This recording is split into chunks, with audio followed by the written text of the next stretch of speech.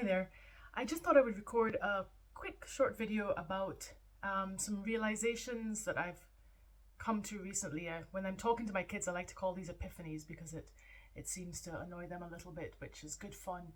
But just some things that I've noticed about my mindset and some thought patterns. And if you're a recovering perfectionist like me, or perhaps better said, someone who likes to work on mindset and on self-improvement, then maybe some of these issues might stick and might resonate with you.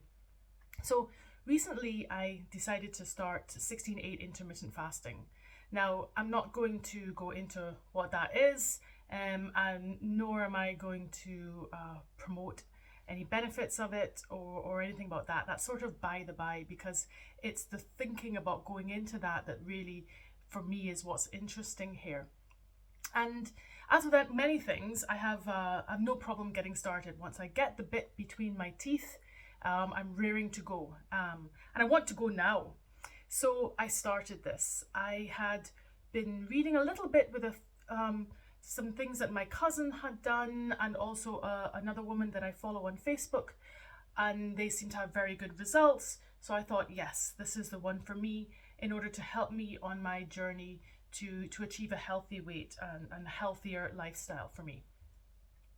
So I started it quick as anything, and did the first overnight and into the next day. And I'll tell you, the next day was horrendous. It really was. I had a really bad headache. I felt quite nauseous, and I just really struggled for energy. And so I thought at that point, how about if I do a little bit of reading up and see if these side effects are common to other people, or if I'm experiencing something particularly unique to me and particularly detrimental that perhaps I should pause or avoid.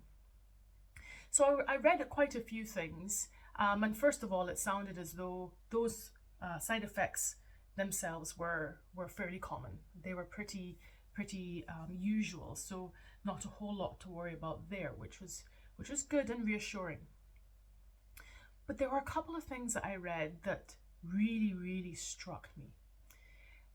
One was a woman who was wanting to go for a period of time of fasting, about 6 days of fasting, completely, entirely. And she spoke about her journey up to the point where she would start those 6 days. And she said that she started to reduce the amount of time that she was having in order to consume food, gradually. So it would be sort of a usual ordinary day of somewhere between eating between 8 a.m. and maybe 8 p.m. And then she started to reduce that to between 9 and 7, and perhaps between 10 and 6. So what she was putting forward was a notion of not just immediately going from one day to the next of regular eating patterns then into fasting, but of working her way into it gradually. The other thing that I came across was a notion of doing the 16/8 fasting, but doing it on a couple of days, and perhaps 2 days is better than 0 days a week, and working up into doing it 7 days a week. Neither one of those things is radical. Neither one of those things is groundbreaking, and if you ask many people, that might be a very common way to start doing what is actually a considerable shift in lifestyle and in eating habits. But these things blew my mind, I'll be honest with you. The very notion of actually working your way into something rather than just starting cold turkey, whole hog, and just going straight into it. I hadn't even considered this. It hadn't even occurred to me that this might be a pathway. I thought, that's really interesting. And I wanted to explore that a little bit and understand why, for me, I had just given myself the only option of throwing myself directly into it. And as I explored this a little bit through journaling, which I happen to love, and would definitely encourage everyone to give that a go if you don't already, a few things came up, and I thought, is it about instant gratification?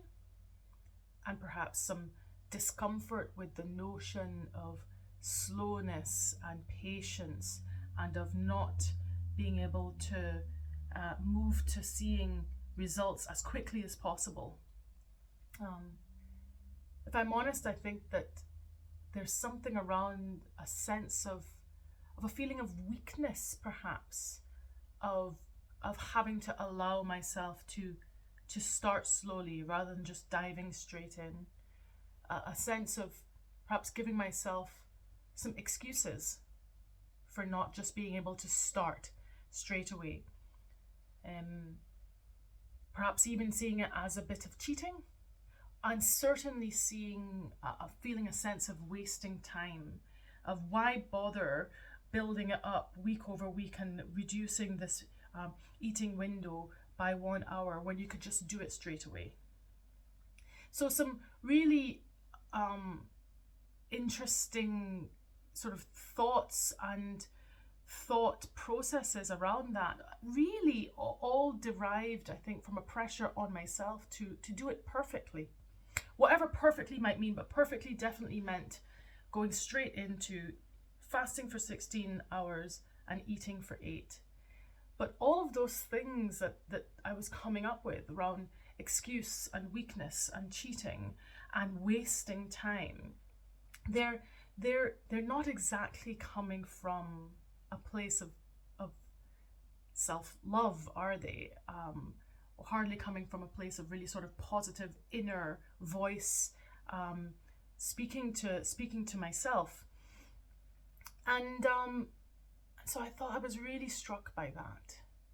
And I came to realize, of course, that this whole journey that I'm starting to embark on here is really not about fixing a single problem, because essentially it's about a complete rewiring of how I do things, and unlearning old habits and learning new positive habits. And that obviously that doesn't happen overnight. You know, I always remember whenever I'm looking at ways to move to a healthier weight at the points in time in my life where that has been important to me, that you lose weight the same way you put it on, which is slowly. And that can be an uncomfortable notion for me. And it really, really struck me when I was doing this thinking and unraveling all these thoughts and trying to understand who I am in the midst of all this and how I'm going to try and work my way through it. It reminded me very much of a quote which I want to read, by a woman called Sam Laura Brown, who is the founder of a group coaching program called Perfectionist, Getting Shit Done. And I receive her Perfectionist power-ups every single day by email. And it's just a thought for that day. But some of them are really, really striking and tap right into the kind of stuff that I know that is important to me and that I'm working on. And one I received recently was such, and it said, "The main feeling that fuels you on your way to your goals is the main feeling you'll have once you achieve your goals. Self-loathing won't turn into self-love, and pressure won't be replaced with flow." And I think that's what all of those issues that I was talking about cheating and about weakness and about excuses and about wasting time, they're all telling me that I'm not approaching this from a position of self-love and self-compassion. And so in thinking about it and unraveling those, I really feel as though I've shifted my mindset slightly, but quite significantly. And so the conclusion is that I'm still going to start 16/8, and I'm going to try to do it in that kind of way, but from a position perhaps more of curiosity and testing and tweaking as we go, and understanding that consistency is not about doing it perfectly every single day, but it's about doing it more often than not, and that any hiccups along the way are okay. You know, on days when I'm finding it really hard, I'm not going to consider having a small something to be cheating. I'm just going to consider that in that moment it was a resource that I needed to help me keep going. So for me, it's been a really interesting journey just around this whole piece around about mindset and how I approach these things. And I love doing this introspective work and just really kind of stepping back and observing how I'm thinking about things. But I definitely feel as though that has been a significant shift between where I was just a few days ago and then realizing and noticing all of these issues that have bubbled up, and making sense of them to a place where I can now hopefully move forward with a bit more self-love and a bit more self-compassion.